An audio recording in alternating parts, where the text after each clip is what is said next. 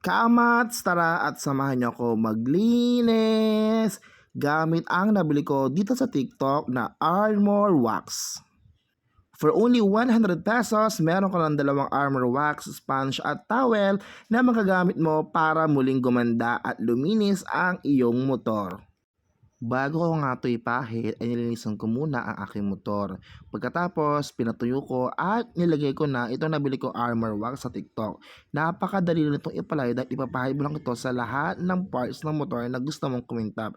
And after kong gawin to, ito na yung itsura ng aking motor.